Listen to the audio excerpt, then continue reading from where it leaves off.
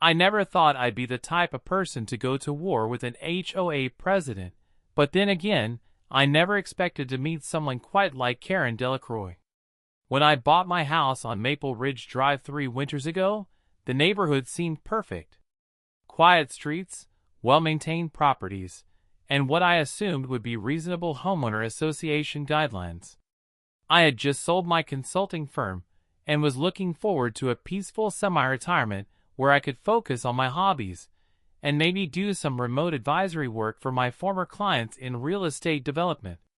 The house was beautiful, a colonial with a circular driveway that I specifically loved because I collected vintage cars and needed the space. Little did I know that circular driveway would become ground zero for the most absurd conflict of my entire life. Karen had been the HOA president for 7 years when I moved in, and she ran the Maple Ridge Homeowners Association like a personal fiefdom. She was in her mid-50s, always dressed in athleisure wear despite never actually exercising, and had that particular haircut, you know, the one where you just know she's asked to speak to countless managers. Her husband Richard was a quiet accountant who had apparently learned years ago that agreeing with Karen was the path of least resistance. They lived in the largest house on the street, a sprawling McMansion that technically violated 3 of the HOA's own bylaws, but apparently those rules didn't apply to her. The first few months were fine. I paid my dues, kept my lawn immaculate, and even volunteered for the neighborhood watch program. But then came my first violation notice. I had parked one of my vintage cars, a pristine 1967 Mustang, in my driveway overnight. According to Karen's interpretation of Section 12-B of the HOA bylaws, all vehicles must be garaged overnight unless they were actively being loaded or unloaded. Never mind that my circular driveway was specifically designed for vehicle display, or that half the neighborhood parked their cars outside. No, Karen had decided that my classic car was an eyesore and had to go. Before we continue, if you're enjoying this story of suburban warfare, please hit that like button and subscribe to Karen Eat World. Trust me, you won't want to miss how this situation escalates, and your support helps me bring you more stories of people who pushed back against petty tyrants. Now, back to Karen and her campaign of harassment. I tried to handle it reasonably at first. I went to Karen's house with a copy of the bylaws and pointed out that Section 12-B had an exemption for collector vehicles, which my Mustang clearly was. I had documentation, appraisals, collector plates, the works. Karen looked at my paperwork like I'd handed her a used tissue. "Oh, honey, I don't think you understand how this works. I'm the president of this HOA, and I decide what vehicles qualify as collector status. Your little car project doesn't meet our community standards." I reminded her, very calmly, that the bylaws were legally binding and that her personal opinions didn't override written policy. She smiled that tight smile that I would come to know very well. "We'll see about that." The next week, I received 5 more violation notices. My mailbox was the wrong shade of black. My house numbers were a 1/4 inch too large. My doormat was considered decorative signage and violated the no sign policy.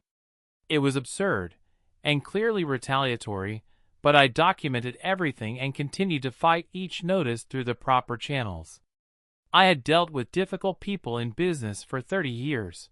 I knew how to keep my cool and build a paper trail. What I didn't know yet was just how obsessed Karen would become. Winter arrived early that year, and with it came the real beginning of our conflict. Maple Ridge had a contract with a snow removal company, and the HOA owned a large plow truck that the company used specifically for our neighborhood streets. It was a point of pride for Karen. She had pushed through the purchase 3 years earlier and loved to mention at every meeting how she had single-handedly ensured our streets would always be clear.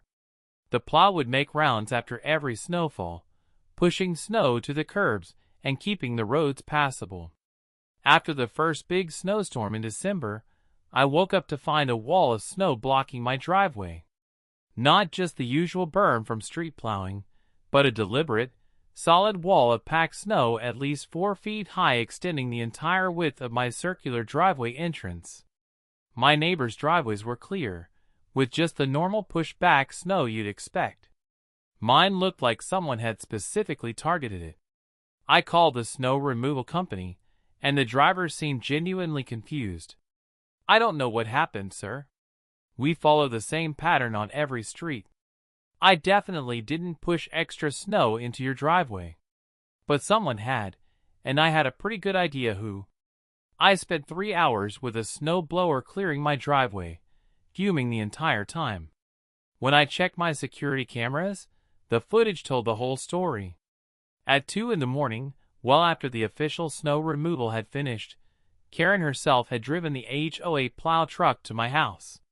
She had spent 20 minutes methodically pushing every bit of available snow from the street directly into my driveway, packing it in tight, even making multiple passes to build it higher. The footage was crystal clear, including a moment where she'd gotten out to admire her handiwork before driving away. I made copies of the footage and sent one to every member of the HOA board with a formal complaint. I also sent one to the snow removal company to prove their driver hadn't been responsible. The board members, all of whom were terrified of Karen, sent back carefully worded emails expressing concern but taking no action.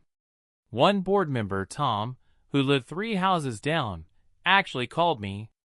"Look, I believe you, and what she did was completely out of line. But Karen has dirt on everyone, or at least she claims to, and nobody wants to cross her. My advice? Just keep your head down and ride it out. Her term's up in 2 years." I thanked Tom for his honesty, but I had no intention of keeping my head down. The next snowfall, same thing. Wall of snow across my driveway at 2 a.m., Karen on camera operating the plow. This time, I called the police non-emergency line and filed a report. The officer who came out was sympathetic, but explained that since the plow belonged to the HOA and Karen was the president, it was murky whether she was technically unauthorized to use it. He suggested I pursue it as a civil HOA matter. I filed the report anyway, starting what would become a very important paper trail. By the 3rd time Karen blocked my driveway with snow, I'd had enough of the passive approach. I printed out still frames from my security footage showing Karen operating the plow, along with timestamps and dates. I created a formal presentation documenting the pattern of harassment, starting with the initial parking violation and showing how it had escalated through frivolous fines to property destruction via snow barricade. I requested an emergency HOA meeting to address the president's misconduct. The meeting was held on a cold January evening in the community center. Every seat was filled. Word had gotten around that there was drama brewing. Karen sat at the head table with the other board members, looking supremely confident in a white pantsuit that probably cost more than most people's monthly mortgage. I presented my evidence calmly and professionally, showing the security footage on a projector screen. You could hear gasps from the audience as they watched Karen deliberately entombing my driveway in snow at 2 in the morning. When I finished, I sat down and waited. Karen stood up, smoothed her jacket, and smiled at the crowd. Well, that was certainly entertaining. First, let me address the ridiculous accusation that I somehow misused HOA property. As president, I have full authority over all association assets, including the plow truck.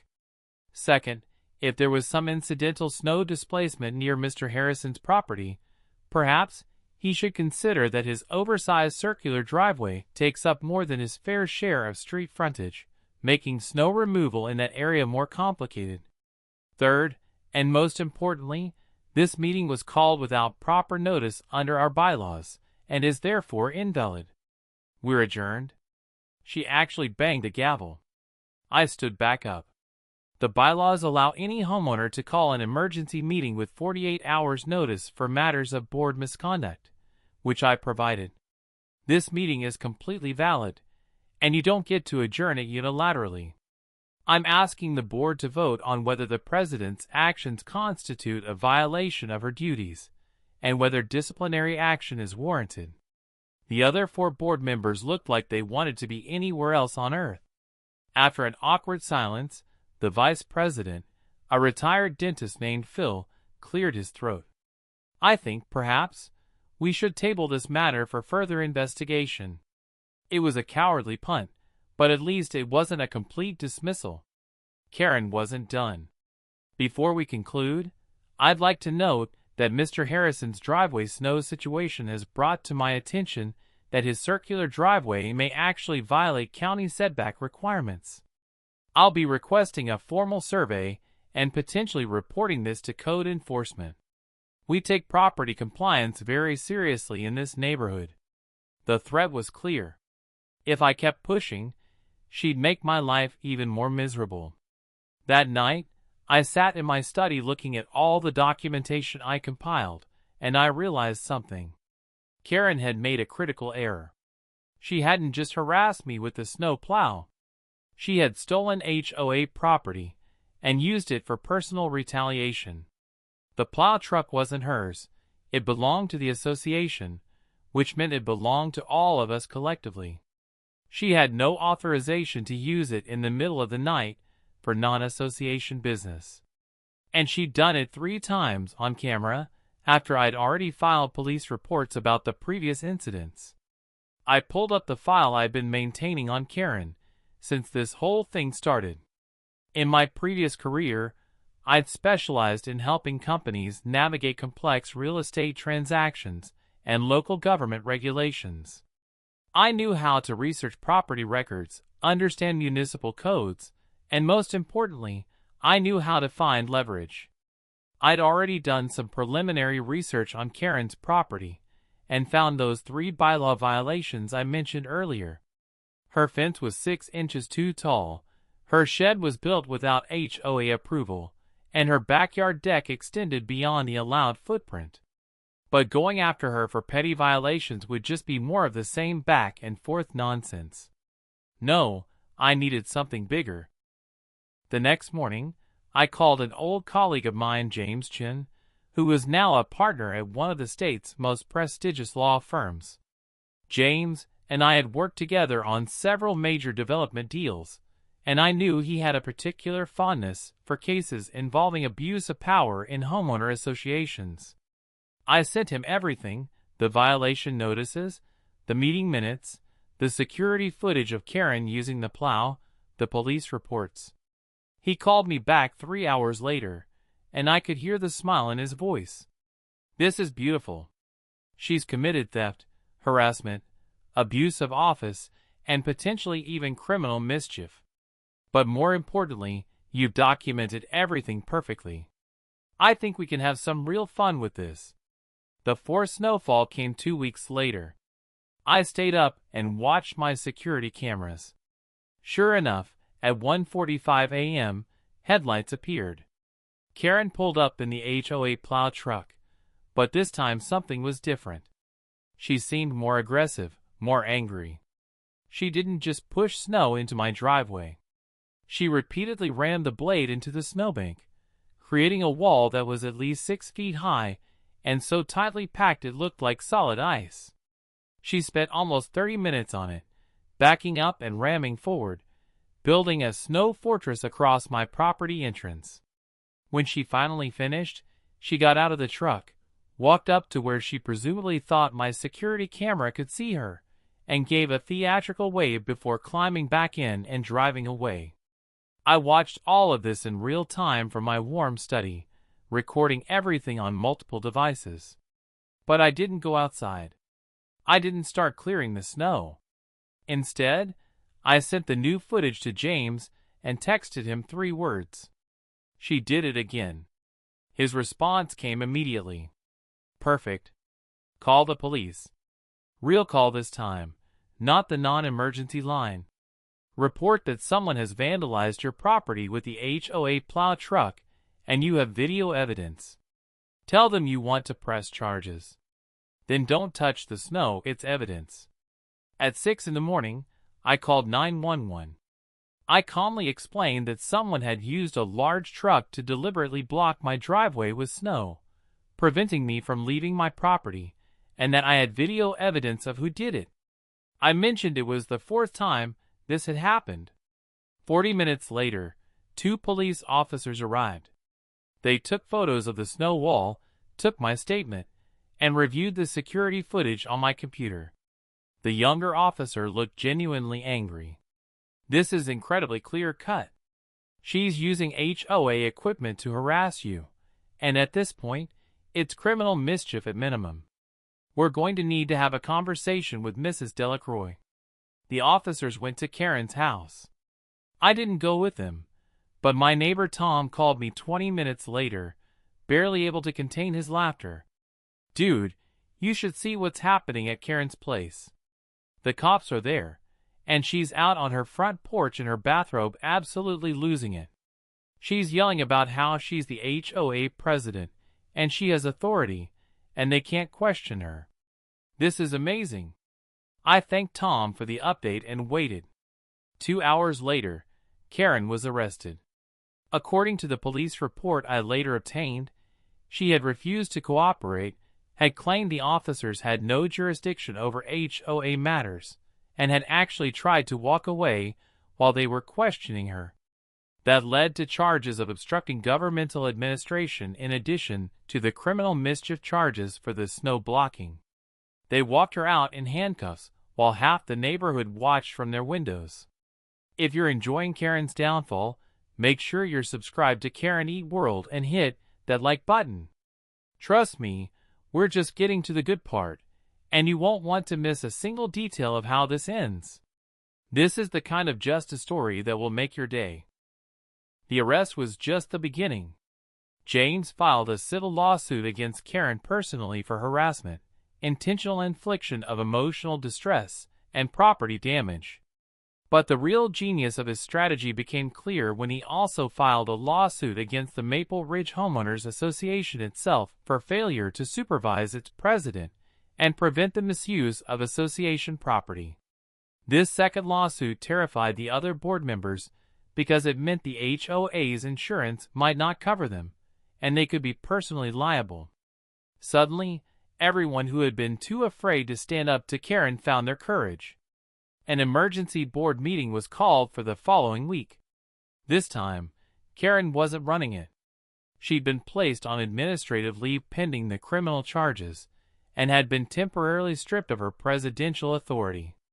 Phil, the vice president, ran the meeting, and the first item on the agenda was a motion to permanently remove Karen from the board and ban her from holding any HOA office in the future. The vote was unanimous among the remaining 4 board members. Karen showed up to the meeting, out on bail, and tried to speak, but she was informed she had no standing and was asked to leave. She refused. The police were called. She was escorted out for the second time in a week. But I still wasn't satisfied. The criminal charges would probably result in a fine, maybe probation. The civil suits would cost her money, but she and Richard were wealthy enough to absorb it. She'd lost her position in the HOA, but she'd still be living 3 houses down, likely plotting revenge. No, I needed something more permanent, something that would end this completely. That's when I remembered something from my research on the neighborhood.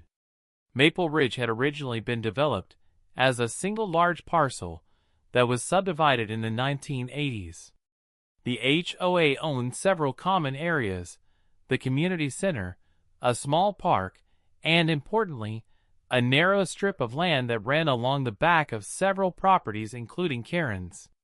This strip was originally meant to be a walking path, but it had never been developed.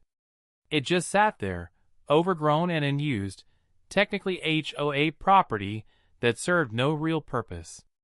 I made some calls to contacts I still had in real estate development. The HOA, facing significant legal bills from my lawsuit against them, was in a tight financial position.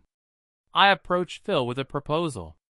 I would drop my lawsuit against the association itself, covering only my direct damages, if they would agree to sell me that unused strip of land behind the properties.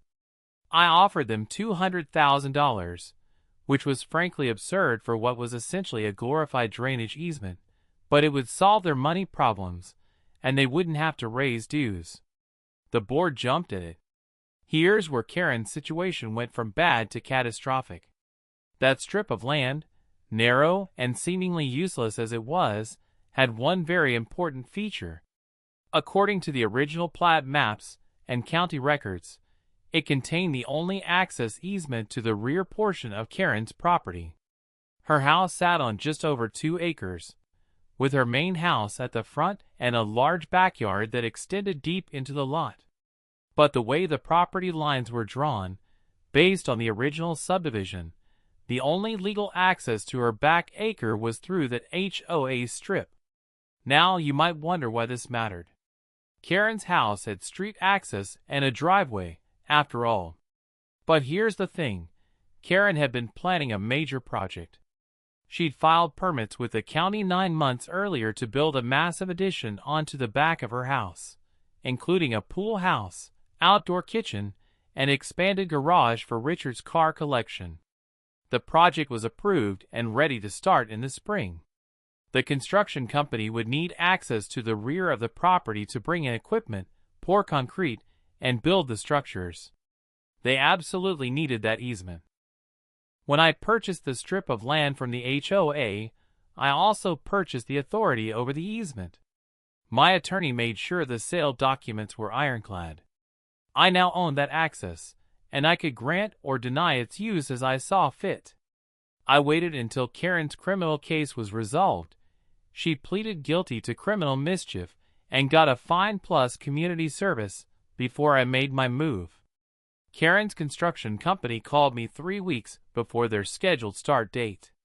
They needed written permission to use the easement to access the back of the Delacroix property. I politely declined. The foreman seemed confused. "I'm sorry, I don't think I understand. The HOA has always allowed access through that strip. We've got permits, we've got equipment scheduled." I explained that I was the new owner of that land, and that I was not comfortable allowing heavy construction equipment across my property. He asked if there was anything that could be done, any fee or conditions I would accept. I told him no, my decision was final. I received a certified letter from Karen's attorney 2 days later, demanding that I allow access and threatening legal action. My attorney, James, responded with a beautifully crafted letter explaining that as the private property owner, I had no obligation to grant access for Karen's luxury construction project, that there was no existing permanent easement that survived the sale, and that any attempt to access my property without permission would be trespassing. He also reminded them that Karen was currently defending herself against my ongoing personal lawsuit for harassment, and that any further contact might be considered continued harassment. Karen tried everything. She offered to buy the land back from me. I declined. She offered ridiculous sums for a temporary construction easement. I declined. She even tried to get the county to force me to allow access through some kind of eminent domain claim. But the county attorney laughed her out of the office because this was for a private luxury addition, not public necessity. Then Karen got creative, or at least she thought she did. She tried to argue that she could access the rear of her property from the side, through her neighbor's yard. She actually tried to bully her neighbor, an elderly widow named Mrs. Chin, into granting her access. Mrs. Chin, who had been dealing with Karen's tyranny for years, and who was also related to my attorney James, told Karen exactly where she could go. When Karen tried to push the issue, Mrs. Chin had her formally trespassed from the property. The construction project's permits had a deadline. If work didn't begin within a certain window, the permits would expire and Karen would have to reapply, going through the whole approval process again and likely facing new, stricter codes that had been updated in the meantime. As that deadline approached, Karen became increasingly desperate. She showed up at my house 4 times, each time more unhinged than the last.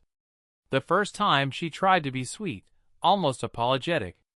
"Look, I know we got off on the wrong foot. Can't we work something out here? I closed the door. The second time she tried anger. You can't do this. This is illegal. I have rights. I called the police.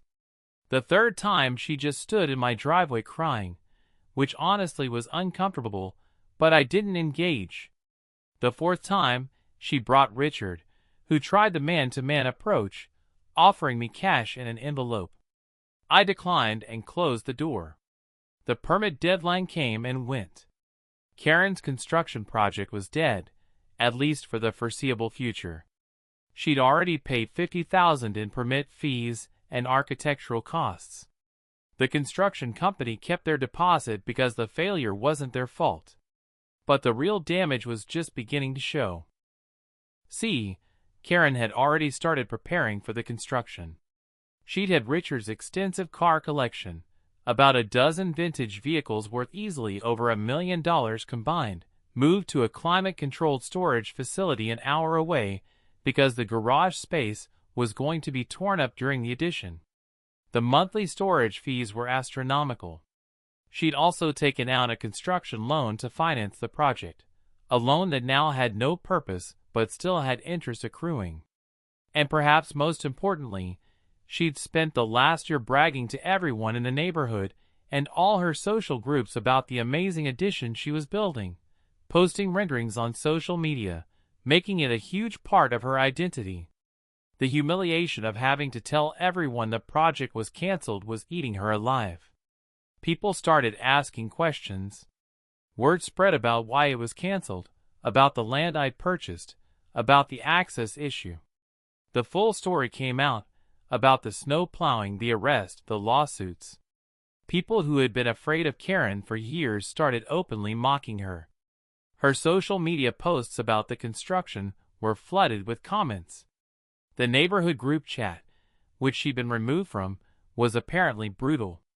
But I still had one more move to make. Remember those bylaw violations on Karen's property that I discovered early on? The too-tall fence, the unapproved shed, the oversized deck? Once I owned that strip of land behind her property, I had a clear view of all of those violations from my property. As a homeowner in Maple Ridge, I had standing to file complaints about violations I could observe. So I filed formal complaints about all 3 violations, with detailed photos taken from my newly acquired land, submitted to the new HOA board. The board, still terrified of further legal action and no longer under Karen's control, actually enforced the rules. Karen received violation notices. She had 30 days to remove the fence, tear down the shed, and reduce the deck to compliant dimensions. She tried to fight it, but the new board was playing everything by the book. When the 30 days expired, the HOA filed a lien against her property and began daily fine accruals. Karen either had to comply or face increasing financial penalties. Richard apparently reached his breaking point. According to Tom, who heard it from another neighbor, Richard told Karen she had to fix the violations and that they were selling the house as soon as the market improved. He was done with the whole situation, done with the legal fees, done with the humiliation, done with all of it. Karen, for the first time in probably her entire adult life, had no control over the situation. The day Karen's contractor showed up to start removing her fence, I happened to be in my backyard, which now included that strip of land with the perfect view of her property. She saw me standing there and marched over to the property line. Her face was red, her eyes were wild, and her voice was shaking. "You did this. You destroyed everything. My project, my reputation, my position. All because of some stupid parking violation in snow. You're insane." I looked at her calmly and said, "No, Karen, I'm not insane. I'm just someone who doesn't let bullies get away with it. You could have left me alone. You could have followed your own rules. You could have acted like a reasonable human being at any point in this process. But you chose to escalate. You chose to harass me. You chose to steal HOA property to vandalize my driveway at 2 in the morning. You made this personal, and you made it criminal. I just responded appropriately. She stared at me, and I watched as the full reality of her situation finally sank in. Her construction project dead. Her reputation destroyed. Her position of power gone. Her property now burdened with violations and liens. Her marriage apparently on the rocks. All of it traceable directly back to her decision to wage war over a parked car. She opened her mouth, closed it, and then just turned and walked back to her house, where contractors were already pulling down sections of her fence. She looked smaller somehow, diminished. The woman who had once ruled this neighborhood through fear and intimidation had been completely and utterly defeated, not through escalation or revenge in kind, but through the simple application of rules, laws, and property rights. Her own tools turned against her with surgical precision. If this story of ultimate HOA justice satisfied your soul, please hit that like button and subscribe to Karen Eat World for more stories of people who pushed back and won. Sometimes the best revenge isn't just legal, it's absolutely perfect, and this one definitely qualifies. Thanks for listening, and remember, never underestimate someone who knows how to fight back the right way.